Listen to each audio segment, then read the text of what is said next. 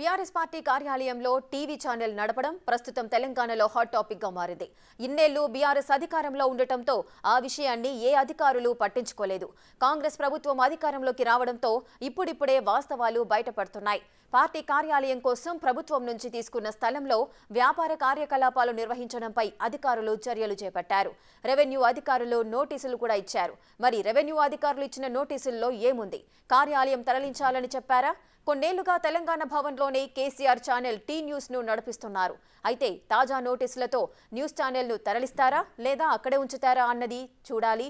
ఇక ఇప్పటి వరకు న్యూస్ ఛానల్ కు అనుమతి లేకుండానే ఇల్లీగల్ గా నడిపించారా అనే చర్చ కూడా జరుగుతోంది.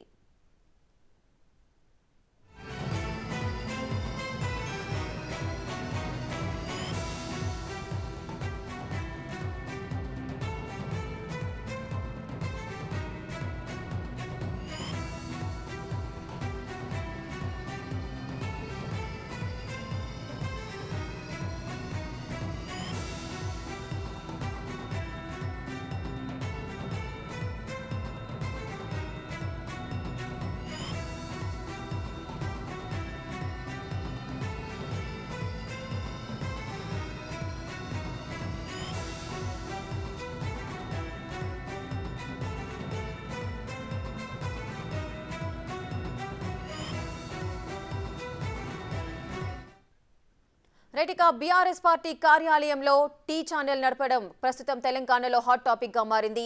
అయితే కొన్నేళ్లుగా కూడా బీఆర్ఎస్ అధికారంలో ఉన్నప్పుడు ఆ విషయాన్నైతే ఏ అధికారులు కూడా పట్టించుకోలేదు. కానీ కాంగ్రెస్ ప్రభుత్వం అధికారంలోకి రావడంతో ఇప్పుడిప్పుడే వాస్తవాలైతే బయటపడుతున్నాయి. అసలు పార్టీ కార్యాలయం కోసం ప్రభుత్వం నుంచి తీసుకున్న స్థలంలో వ్యాపార కార్యకలాపాలు నిర్వహించడంపై కూడా అధికారులు చర్యలు తీసుకున్నారు. ఈ నేపథ్యంలోనే టీ న్యూస్ ఛానల్ కి నోటీసులు కూడా ఇచ్చినట్లుగా తెలుస్తోంది. మరిన్ని డీటెయిల్స్ మా ప్రతినిధి రానా లైవ్ లో అందిస్తారు. రైట్ రానా, చెప్పండి, తెలంగాణ భవన్ లో ఈ టీ న్యూస్ ఛానల్ ను నడిపించడం కూడా ఒక హాట్ టాపిక్ గా మారింది. అసలు రెవెన్యూ అధికారులు నోటీసులు ఇచ్చారు. ఆ నోటీసుల్లో ఏమని పేర్కొన్నారు?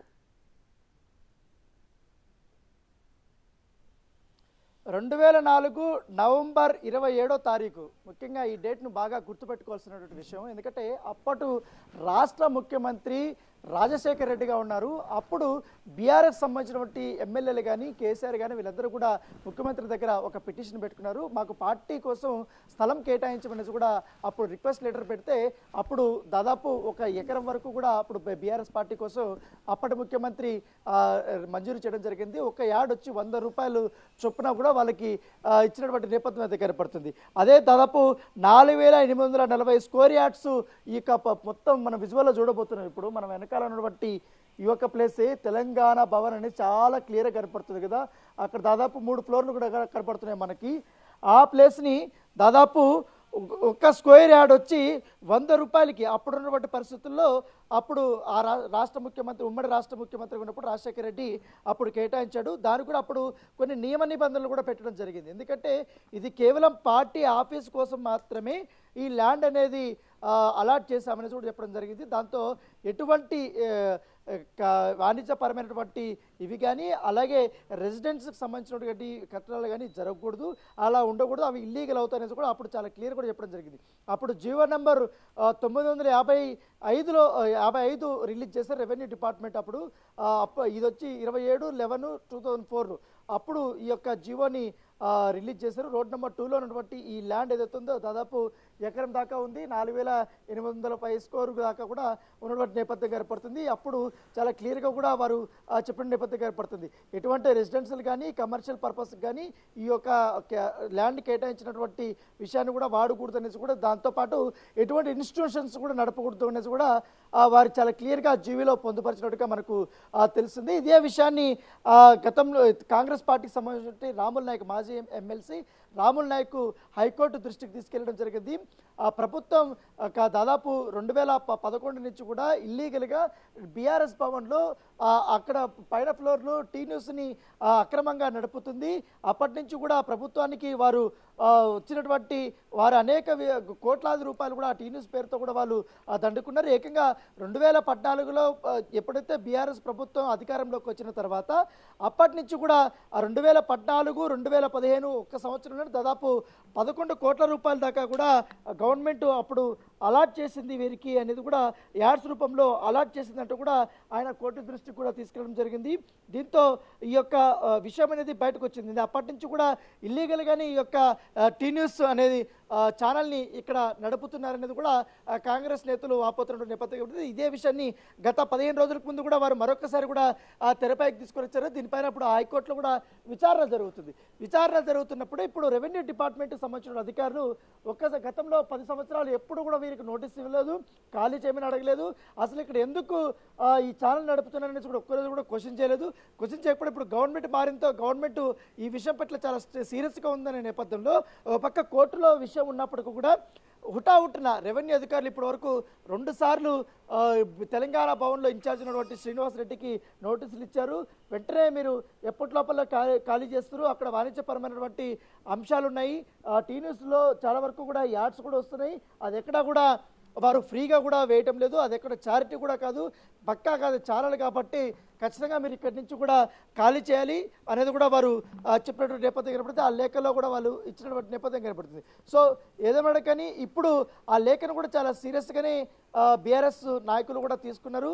2 సార్లు కూడా ఇటు ఏకంగా కలెక్టర్ కూడా పదే కూడా వారికి బీఆర్ఎస్ నాయకులు కూడా చెప్పడం జరిగింది. దాంతోపాటు అక్కడ ఉన్నటువంటి ఎవరైతే టీ న్యూస్ నడుపుతున్నటువంటి హెచ్ఓడీలు ఎవరుతున్నారో ఆ హెచ్ఓడీలు కూడా చాలా క్లియర్గా కూడా వారు చెప్పారు, మీరు వీలైనంత తొందరగా కూడా ఈ యొక్క ప్లేస్ని మీరు ఖాళీ చేయాలి, ఈ ప్లేస్ ఇచ్చినటువంటి పర్పస్ వేరు అనేది కూడా గవర్నమెంట్ జీవోని మరొకసారి వారు గుర్తు చేసిన నేపథ్యంలో గత 2 రోజుల నుంచి కూడా వారు టీ న్యూస్ని ఇక్కడి నుంచి తరలించడానికి ప్లాన్ చేస్తున్నట్టుగా మనకు సమాచారం ఉంటుంది. ఇదే అంశం పైన ఆల్రెడీ ఏదైతే తుంటి ఎడమ నొప్పి వల్ల అయితే ఇప్పటికే శస్త్రచికిత్స చేసుకుని రెస్ట్ తీసుకుంటున్నటువంటి కేసీఆర్ తన ఇంట్లో ఈ టీఆర్ఎస్ ఈ టీ న్యూస్ సంబంధించిన యాజమాన్యం వాళ్ళందరూ కూడా ఈ మధ్యకాలంలో కూడా భేటీ అయినప్పుడు ఈ నోటీసుల గురించి కూడా ప్రస్తావన వచ్చినట్టుగా మన సమాచారం ఉంది. అయితే కేసీఆర్ గారు చాలా క్లియర్గా కూడా చెప్పినటువంటి నేపథ్యం పడుతుంది, టీ న్యూస్ని అక్కడి నుంచి కూడా తరలించండి, హక్యంపేట ఉన్నటువంటి బీఆర్ఎస్ సంబంధించిన భూమి కానీ అలాగే అక్కడ ఒక బిల్డింగ్ కట్టబోయేది కానీ కట్టింది కానీ అక్కడ ఉంది కాబట్టి అక్కడ తరలించుకోండి అనేసి కూడా చెప్పినట్టుగా తెలిసింది. కాకపోతే అంత దూరం ఎంప్లాయీస్ ఎవరు రారు కాబట్టి ఎంప్లాయ్మెంట్ కూడా చాలా ఇబ్బంది అవుతుందనే ఉద్దేశంతో కూడా కొంతమంది హెచ్ఓడీలు కూడా చెప్పినట్టుగా తెలుస్తుంది. అయితే గతంలో రోడ్ నెంబర్ 12లో ఉన్నటువంటి ఒక ఛానల్కు ఉన్నటువంటి ఆ ప్లేస్లో ఇప్పుడు ఖాళీగా ఉంది కాబట్టి అక్కడ కొన్ని యూట్యూబ్ ఛానల్స్ అక్కడ నడుస్తున్నాయి కాబట్టి ఆ ప్లేస్లో అనువుగా ఉంటే ఒకసారి పరిశీలించండి, అక్కడ వాళ్ళతో మాట్లాడినట్టు కూడా కేసీఆర్ ఆదేశించినట్టుగా తెలుస్తుంది. ఒకవేళ అక్కడ కూడా లేకపోతే ఏదో ఒక ప్లేస్ని లీజుకి తీసుకొని ఛానల్ని బీఆర్ఎస్ భవన్ నుంచి కూడా మార్చండి కూడా ఆయన సూత్రప్రాయంగా చెప్పినట్టుగా తెలుస్తుంది. దాని తగ్గట్టు ఆయన చెప్పిన తర్వాత వెంటనే ఆ యొక్క పనులు కూడా వారు సిద్ధం చేసుకున్నారు. ఇప్పుడే మనం చూడబోతున్నాం తెలంగాణ భవన్ అనేది చాలా క్లియర్గా కనపడుతుంది. ఇప్పుడు ఆ తెలంగాణ భవన్ పైన ఆ టవర్స్ కూడా మనకు టీవీ టవర్స్ కూడా యాంటీనాస్ కూడా కనపడుతున్నాయి. యాంటీనా కింద ఉన్నటువంటి ఆ ఫ్లోర్ మొత్తం కూడా టీ న్యూస్ నడుపుతున్నారు. ఇప్పుడు దీనిపైనే అభ్యంతరాలు వ్యక్తం అవుతున్న ప్రతిపక్షాల నుంచి కూడా.